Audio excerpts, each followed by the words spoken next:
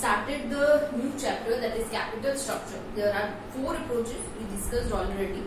So now the first approach is net income approach, and the second one is net operating, and the third traditional, and the fourth one is MM. So we will start with a small exercise which we already know, that there are assumptions that there will be 2 sources of finance. One is debt and one will be the equity. These will be the 2 sources of finance, debt and equity. And obviously with these 2 sources, when you are going to get the income, capital, when you will get some funds with the financing of these 2, auto financing of these 2. So in that case, the company will require some assets. Okay. So we can say, because what we are going to calculate here कि value of the firm जो है वो कितनी है. अगर आप क्या financing mix करें तो value of the firm should increase. So obviously we have to calculate mainly 2 important things in this: value of the firm and overall cost of capital. VF and KO means overall cost of capital. K will be for cost of capital. So now when you are going in assets जो है company के पास total, that means that is the value of the firm. Similarly वो asset कहाँ से आएंगे? Debt equity से आएंगे. तो अगर हम इन दोनों को ऐड करके हम इन दोनों की वैल्यू को ऐड कर देंगे, डेट से आपने 10 लाख उठाया, इक्विटी से आपने 15 लाख की वैल्यू आ रही है, so that will be the value of the firm. So simple, the formula to calculate value of the firm will be value of debt plus value of equity.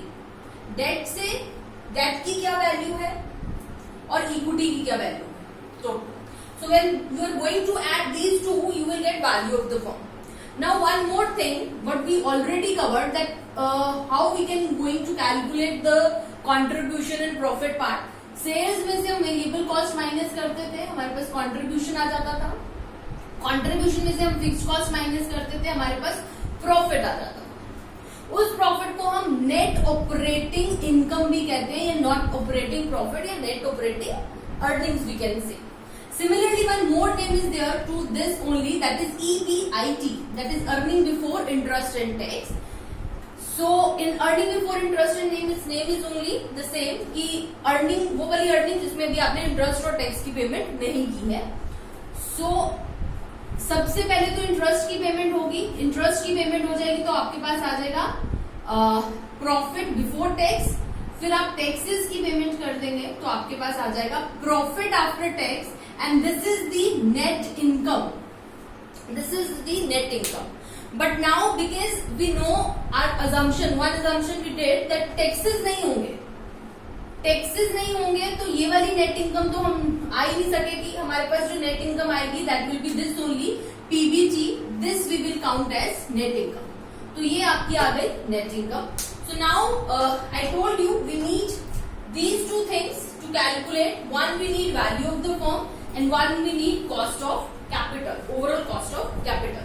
So first of all, I need to calculate value of debt, because पहले तो अगर by chance आपको समझ में नहीं दिया कि date का वैल्यू कितना है तो हम कैसे कैलकुलेट करें, और इक्विटी का अगर नहीं दिया कैसे करना है, तो हाउ टू कैलकुलेट दैट. सबसे पहले हम स्टार्ट करते हैं, because we already did some formulas in the cost of capital chapter. तो आपको पता होगा कॉस्ट ऑफ इक्विटी का फॉर्मूला क्या होता था. So the formula for cost of equity what we did was net income upon value of the firm. Net income upon value of the firm. So value of the firm, obviously if you don't have value of the firm, you will do the cross multiplication and you will get the formula for value of the firm, that is net income divided by cost of equity. So this will be the formula for value of the firm, net income divided by cost of capital. और दूसरे तरीके से अगर हम इसे देखें तो आप यहाँ पे देख सकते हैं कि आपको डेट को निकालने के लिए आपको यहाँ पे इंटरेस्ट की हेल्प लेनी पड़ेगी, क्योंकि डेट वालों को हम इंटरेस्ट से ही पेमेंट करते हैं. सिमिलरली इक्विटी निकालने के लिए आपको हेल्प लेनी पड़ेगी नेट इनकम की. So only I have created the formula that is net income divided by cost of equity. So we just come to the same formula for cost of debt as well. Cost of debt का हमने formula किया था interest over net proceedings, but now we will take interest upon value of debt. So when we do the cross multiplication, we will get the formula for value of debt as well, that is interest over cost of debt. Interest का use कर लिया हमने इसको निकालने के लिए भी. So दूसरा फॉर्मूला हमारे पास आ गया value of debt upon cost of debt. So now we got these two formulas, that value of debt and value of equity. We got the formula for value form, the answer for value form. दोनों निकल आएंगे. You can just add and you will get the answer. Now the formula for overall cost of capital. Actually होता क्या है overall cost का, जो हम फंडा हमने किया था कि टोटल कॉस्ट ले लेंगे, डिवाइड कर देंगे टोटल अमाउंट कितना हाथ में आया. This should be the case. Similarly what we can in total cost क्या है, अगर आप देखें तो टोटल कॉस्ट ये है, क्योंकि इसी में से इंटरेस्ट और नेट इनकम की पेमेंट हो रही है. टोटल कॉस्ट क्या है, इंटरेस्ट एक तो आप डेट होल्डर को दे रहे हो और एक आप इक्विटी वाले को नेट इनकम दे रहे हो. So this is the total cost. और अमाउंट हाथ में क्या आया, value of the firm. So this is the formula for your cost of overall cost of capital. और the formula can be, अब इन दोनों को प्लस कर देंगे तो क्या बन जाएगा, EPIT upon value of the firm. So this can also be the formula for weighted average cost of capital or cost of capital.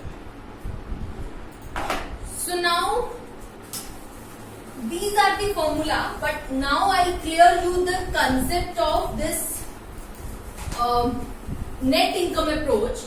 अब net income approach में आप देखोगे कि हमारा अगर net operating income होगा तो हम यहां से formulas बनाएंगे, क्योंकि net operating income यहां पे है. बट net income की बात है कि हम इंटरेस्ट को लेके चल रहे हैं कि इंटरेस्ट की डिडक्शन होगी.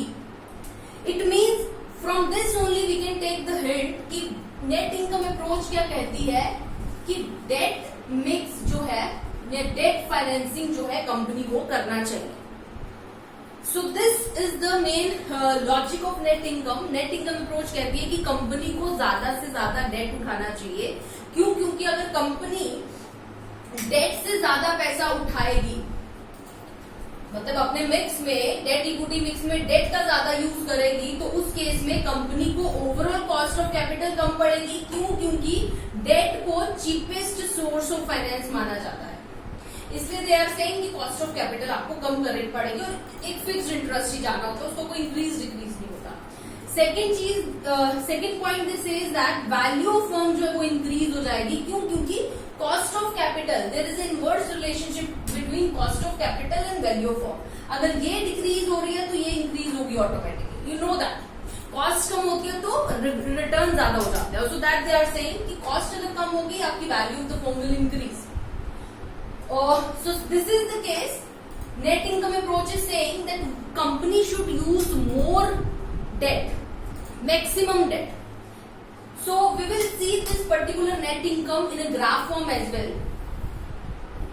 which will let you know how the things are here. So this is degree of leverage we will say, and this is cost of capital. So now I'll draw for cost of capital only. So now there are two basic assumptions again for the this net income approach only. What are these? First is cost of debt and cost of equity will remain constant. Second assumption is cost of debt is less than cost of equity. जितनी भी cost of equity होगी उससे कम ही आप cost of debt दे रहे होगे.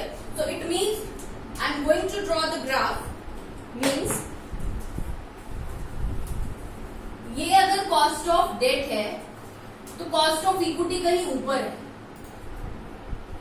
और because हमने कहा कि दोनों कांस्टेंट रहेंगे तो पैरेलल लाइंस रहेंगी. This should be the case. Now the second thing is जब डेट इतना था तो आपका डेट कॉस्ट ऑफ डेट इतना आया. सिमिलरली डेट बढ़ा, कॉस्ट ऑफ डेट उतना ही रहा. Similarly cost of equity, debt और इंक्रीज हुआ, डेट कॉस्ट ऑफ डेट में फर्क नहीं पड़ा और ना ही कॉस्ट ऑफ इक्विटी में. But here the point is overall cost will decrease. So if here I have to point out the overall cost. For example, cost of equity आपकी 14% है और cost of debt आपकी 10% है, और आपने सारा पैसा इक्विटी से लिया है, तो आपकी ओवरऑल कॉस्ट कितनी हो जाएगी, 14% ही हो जाएगी, यहाँ पे ही आ जाएगी. लेकिन अगर आपने डेट को बढ़ा दिया, डेट से पैसा, तो आपकी overall cost according to this phenomena will come down. और बढ़ा दिया और नीचे आ जाएगी. अगर सारा ही 100% डेट से पैसा ले लिया तो आपकी ओवरऑल कॉस्ट भी कितनी हो जाएगी? 10%. So this is the case of net income approach. This says that debt mix should be their maximum, and what that maximum is 100% debt. Company को सारा पैसा डेट से इशू कराना चाहिए, क्योंकि जितना ज्यादा डेट से इशू कराएंगे उतनी ही आपकी ओवरऑल कॉस्ट ऑफ कैपिटल जो है वो डिक्रीज हो जाएगी. So this is good for the company, they are saying. So this is the concept of net income approach.